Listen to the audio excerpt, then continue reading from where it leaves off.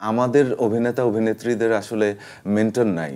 সারা পৃথিবীতেই কিন্তু প্রত্যেকটা পারফর্মারের পেছনে এরকম অনেকগুলো মেন্টর কাজ করে।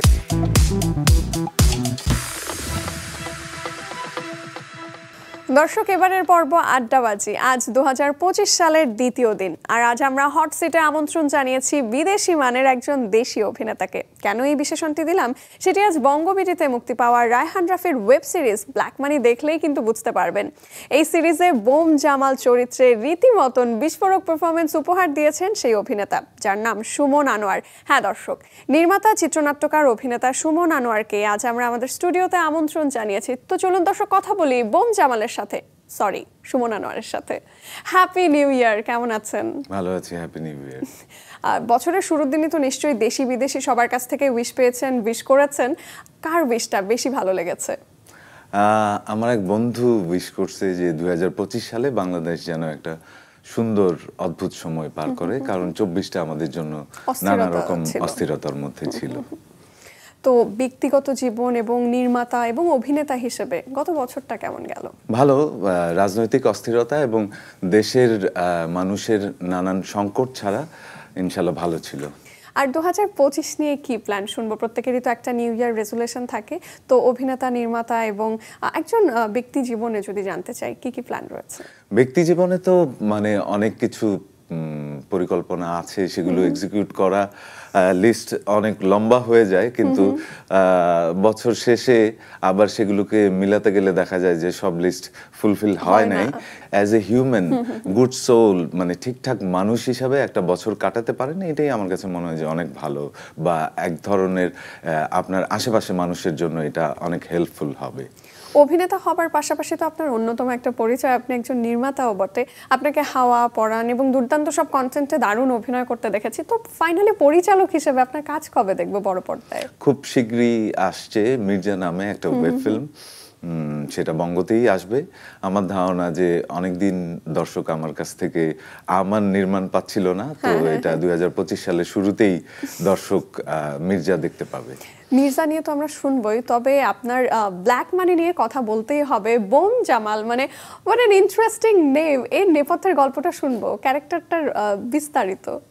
রাফি কল করলো যে ভাইয়া একটু আসেন অফিসে।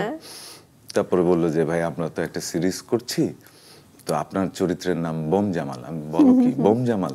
বলে হ্যাঁ ভাইয়া, ও তো বোম তৈরি করতে করতে হাত পা সব নষ্ট করে ফেলছে, হুইল চেয়ারে চলে, কিন্তু ওর অ্যাংজাইটিটা মানে খুবই মারাত্মক এবং তার অনেক টাকা পয়সা হয়েছে এবং সে আসলে মানুষকে মানুষই মনে করে না, উড়ে বেড়ায়। আমি কিভাবে উড়ে বেড়ায়? বলে তার যে হুইল চেয়ার সেখানে পাখা লাগানো আছে।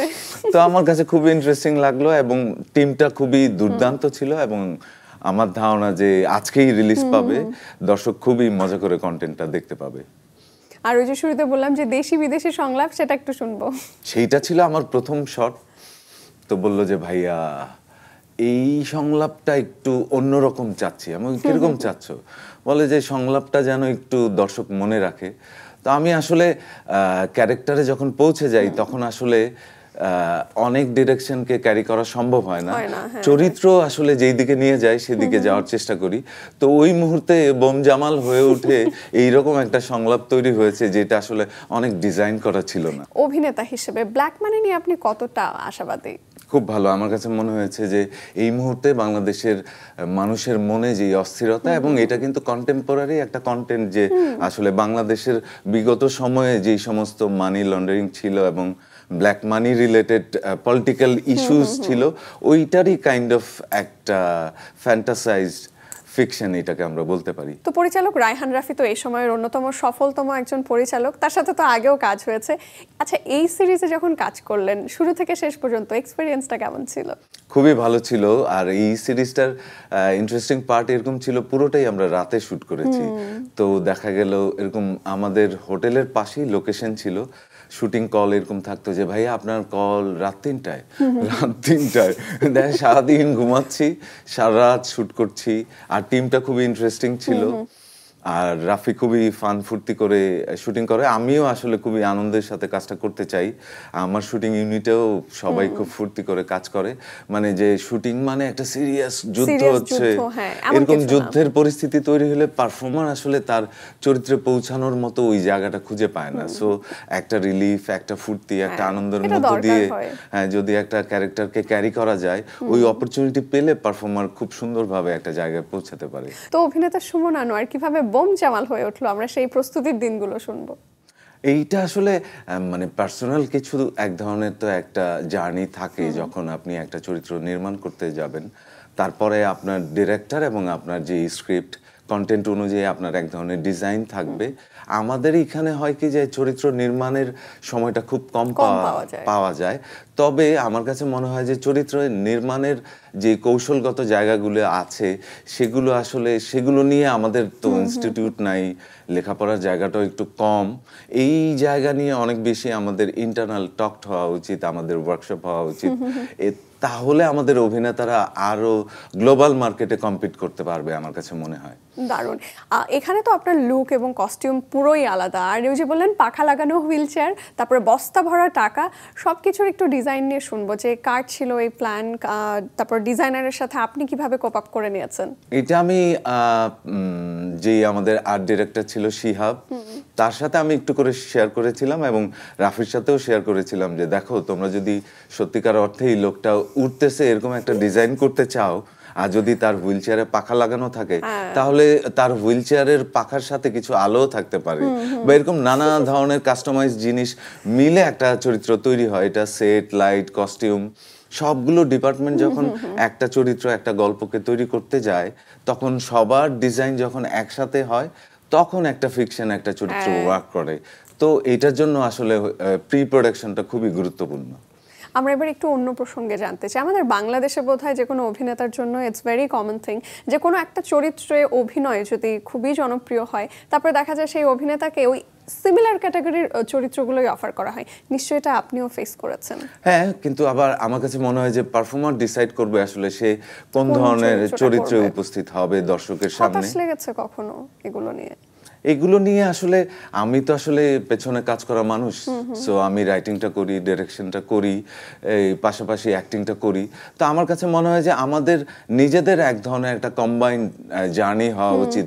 বাংলাদেশের কন্টেন্টকে যদি আসলে আমরা গ্লোবাল মার্কেটে নিয়ে যেতে চাই তাহলে আমাদের সবাইকে একসাথে কাজ করতে হবে। তো সেই কাজের জায়গার জন্য নানা ধরনের ছোট ছোট পকেট তৈরি হচ্ছে, কিন্তু সবাইকে একসাথে কাজ করতে হবে এবং সেইখানে আসলে গভর্নমেন্টের একটা বড় সাপোর্ট দরকার হবে। আমাদের ইনস্টিটিউট থেকে শুরু করে নানা ধরনের সাপোর্ট যদি গভর্নমেন্টের থাকে তাহলে আমাদের গার্মেন্টসের মতো আমরা আসলে আমাদের কন্টেন্ট দিয়ে গ্লোবাল মার্কেটে দর্শকের সামনে হাজির হতে পারবো। কারণ ওটিটির বরাদ দিয়ে এখন আসলে পুরো মার্কেটটাই কিন্তু ওপেন হয়ে গেছে। ফিল্ম তো বটে, এটা তো আগেও ছিল, এখন বাংলাদেশে থেকে নেটফ্লিক্স, আমাজনের কাজ যেমন আমরা দেখছি, আমাদের কাজগুলো কিন্তু আসলে বৈশ্বিক বাজারে তুলে ধরার সময়টা শুরু হয়ে গেছে আগে, এখন বোধহয় আরেকটু ভাবা দরকার। আবারও একটু ব্ল্যাক মানি প্রসঙ্গে কিছুটা সময় থাকবো। চিত্রনায়ক রুবেল, তার অ্যাকশন ভালোবাসে না এমন মানুষ বোধহয় বাংলাদেশে খুঁজে পাওয়া যায় না। শুটিং সেটে তিনি কেমন? খুবই বিউটিফুল। রুবেল ভাইয়ের সাথে কাজ করে ভালো লেগেছে। আর আসলে এইরকম একজন মানুষ যার ছবি দেখতে গিয়ে খুবই ভিড় তৈরি হইতো একটা সময়, ছোটবেলায় তার ছবি দেখেছি, তার সাথে স্ক্রিন শেয়ার করা, তার সাথে কাজ করা খুবই এটা একটা আনন্দের অভিজ্ঞতা ছিল এবং ভালো লেগেছে আমার কাছে। কেমিস্ট্রি কেমন ছিল আপনাদের? আমার সাথে খুবই অল্প সময় তার সাথে দেখা সাক্ষাৎ ছিল আর সিকোয়েন্সও ছিল, কিন্তু যতটুকু সময় তার সাথে আমার আলাপ হয়েছে, কথা হয়েছে, সে খুবই নাইস, বিউটিফুল। একটু মিস শায়লাকে নিয়ে শুনবো। চিত্রনায়িকা পূজা চেরি যে চরিত্রে অভিনয় করেছেন, আমরা তো ঝলক দেখে বেশ খানিকটা মুগ্ধ। আপনার কাছে একটু জানতে চাই, তার মধ্যে একজন চিত্রনায়িকা, অলরেডি উনি চিত্রনায়িকা, একজন সুপারস্টার হবার সম্ভাবনা কতটা দেখেন? হ্যাঁ, ও তো খুবই বিউটিফুল। মানে ও মানে অ্যাক্টিংটা করার জন্য যেই পরিমাণ সেটে তার চরিত্র নিয়ে কনসার্ন থাকে, সেটা খুবই আমার কাছে মনে হয় যে সামনের দিনে তাকে আরো অনেক সুন্দর বিউটিফুল জায়গায় নিয়ে যাবে। যারা ব্ল্যাক মানির প্রিমিয়ার শো দেখেছেন, তারা তো এক কথায় বলেছেন এটা একটা পয়সা উসুল সিরিজ, অনেকে তো সিনেমাটিক একটা ফিল পেয়েছেন, আপনি কি বলবেন? হ্যাঁ, একটু ফিল্মিক অ্যাপ্রোচ ছিল এই ছবিটার, এই সিরিজটার মধ্যে। একটা সময় তো রাফি বলছিল যে এরকম যে আসলে অনেক দিন ধরে দর্শক আমার কাছে সিনেমা চাচ্ছিল, তো তাদের জন্য এটা একটা গিফট কাইন্ড অফ, এটা সিরিজ কিন্তু একটু ফিল্মিক একটু অ্যাপ্রোচ। ফিল্মিক তো কেন মনে হয় যে দর্শকরা কেন এটা দেখবে? দর্শকরা এই কারণেই দেখবে যে আসলে রাফির একটা অডিয়েন্স আছে এবং এই কন্টেন্টটা অনেক ইন্টারেস্টিং, অনেকগুলো ভালো পারফর্মার এবং প্রপার ডিজাইন করা একটা সিরিজ যেইটা আসলে দর্শককে সত্যি এন্টারটেইন করবে। সে কারণে আমার কাছে মনে হয় যে ব্ল্যাক মানি অনেক দর্শক দেখবে এবং আজকে থেকে দর্শক এটা নিয়ে এক ধরনের একটা উৎসব তৈরি হবে দর্শকের। সেই আশা আসলে আমরাও করছি। এই যে সিনেমাটিক ফিলার কথা বললাম, এই প্রসঙ্গে একটা জিনিস মাথায় এলো যে আপনিও নিশ্চয়ই রিসেন্ট টাইমে খেয়াল করেছেন যে হুট করে মানে ওয়েব সিরিজ ঝটপট এডিট করে মানে বড় পর্দায় মুক্তি দিয়ে দেওয়া হচ্ছে। রিসেন্টলি অনেকগুলো কাজ তো হয়েছে এবং আমরা দেখছি যে সিরিজ হয়ে যাচ্ছে সিনেমা। এই ব্যাপারটাকে আপনি কিভাবে দেখছেন? আমার কাছে মনে হয় যে আসলে সিনেমার সংকট আছে আমাদের দেশে। আমাদের এই পলিসিগত জায়গায় অনেক ধরনের ল্যাকিংস আছে, যে আসলে যারা সিনেপ্লেক্স তৈরি করছে, সিনেমা হল চালাচ্ছে এবং যারা সিনেমা তৈরি করছে, এই দুই পক্ষের মাঝখানে এক ধরনের সমঝোতা থাকা দরকার, যে কি পরিমাণ সিনেমা আমাদের প্রতি বছর দরকার এবং প্রতি মাসে কয়টা সিনেমা রিলিজ হওয়া দরকার। সেইটা আসলে এক ধরনের আন্ডারস্ট্যান্ডিং এর মধ্যে তৈরি হলে তখন হল মালিক, এই সিনেপ্লেক্স কর্তৃপক্ষ এবং যারা প্রডিউস করছে প্রযোজক এবং পরিচালক, তাদের মধ্যে এই শিডিউলটা একটা সুন্দরভাবে তৈরি হবে। আদারওয়াইজ আমার কাছে তখন হুট করে ওটিটি কন্টেন্ট সিনেমা হলে রিলিজ দেওয়ার প্রয়োজন হবে, কারণ সিনেমা হলে তো একটা কন্টেন্ট লাগবে। থাকতে হবে। এক্স্যাক্টলি। একটু তুফান প্রসঙ্গে জানবো। আমাদের বাংলাদেশের মানে বর্তমান সময়ে সত্যি কথা এক বাক্যে যদি একজন সুপারস্টারের কথা বলা যায়, হিজ নান আদার দ্যান শাকিব খান। তার সাথে তো তুফান সিনেমাতে আপনি কাজ করেছেন। কাজ করতে গিয়ে আপনার কি মনে হলো যে মানে কেন শাকিব খান মানে এখন এত বড় একজন সুপারস্টার, মানে তার মধ্যে কি আছে যেটা আর অন্য নায়কদের মধ্যে নেই? এটা আসলে প্রত্যেকটা ব্যক্তি মানুষ তাকে কিভাবে তৈরি করবে সেটার উপর নির্ভর করে। আপনি আসলে কত দূর যেতে চান সেটা যদি আপনি দেখতে পারেন এবং সেই অনুযায়ী যদি আপনি জার্নি করেন, এটা দেখবেন যে তার জার্নিটা কিন্তু অনেক লম্বা সময়ের এবং সেখানে পৌঁছানোর জন্য তার যে স্ট্রাগল, সেটা রিফ্লেকশন আজকের সিনেমা তুফান সহ সব জায়গায় আপনি দেখতে পাচ্ছেন। তো এইটা আমি প্রত্যেকটা মানুষকেই বলি যে পরিশ্রম করলে আসলে তার জন্য একটা সুন্দর সময় অবশ্যই অপেক্ষা করবে। কেন অন্যরা আসলে শাকিব খানের মতো সফল হতে পারছে না, কি মনে হয়? নিজেকে তৈরি করার বেলায় নিশ্চয়ই প্রত্যেকের ওই দুর্বলতার জায়গাগুলো রয়ে গেছে এবং আরো সচেতনভাবে নিজেকে নিয়ে কাজ করতে পারলেই আসলে প্রত্যেকটা মানুষ, একটু আগেই বললাম যে আসলে তার লক্ষ্যে পৌঁছাতে পারবে। এইটা আসলে আমাদের অভিনেতা অভিনেত্রীদের আসলে মেন্টর নাই সারা পৃথিবীতেই, কিন্তু প্রত্যেকটা পারফর্মারের পেছনে এরকম অনেকগুলো মেন্টর কাজ করে। তার ফিজিক্যাল ট্রেনার, মেন্টাল ট্রেনার, তার স্টাইল, নানা ধরনের একটা বড় টিম কাজ করে। একটা প্রজেক্টের আগে হুট করে তারা আইসোলেটেড হয়ে যান, নিজেকে নিয়ে অনেক কাজ করেন। এক্স্যাক্টলি। এটা সারা পৃথিবীতেই কিন্তু পারফর্মাররা তৈরি করে, আমাদের এখানে কেন যেন হয়ে উঠছে না। এইটা আসলে আপনি দেখবেন যে সারা পৃথিবীর সেলিব্রিটিরা কোথাও গেলে তার সাথে কিন্তু তার বিশাল লটবহর, একটা টিম যায়। তো এটা কিন্তু প্রয়োজন আছে। আচ্ছা, এবার একটু মির্জার গল্প শুনবো। আমরা কবে নাগাদ দেখতে পাচ্ছি? এই বছরই তো আসছে। এটা আসলে আমি তো বলতে পারি না, আমাদের সবগুলো অ্যানাউন্সমেন্ট আসলে ওটিটি এবং ফিল্মের সাথে একটা ফিনান্সার, একটা প্ল্যাটফর্ম, নানা ধরনের ক্যাম্পেইন জড়িত থাকে। আর আমাদের সাংবাদিকরা কোনোভাবে এই সমস্ত ইন্টারভিউ থেকে একটা ক্লু পেলে সেটা নিয়ে নিউজ করে 12টা বাজায় দেয়। সো এটা আসলে এইভাবে বলা যাচ্ছে না, তবে খুব শীঘ্রই আমরা দেখতে পাবো মির্জা বঙ্গতে। If I am not wrong, গুণী অভিনেতা মোশাররফ করিমের সাথে কাজ করলেন, এক্সপেরিয়েন্স কেমন ছিল? খুবই ভালো ছিল। এই প্রথম আমরা একটা বাংলাদেশে একটা ডিটেকটিভ ওয়েব ফিল্ম তৈরি করেছি, যে এটা আসলে মির্জা একটা ফ্র্যাঞ্চাইজ তৈরি করতে চাই, যে আসলে ডিটেকটিভ হয়ে উঠছে।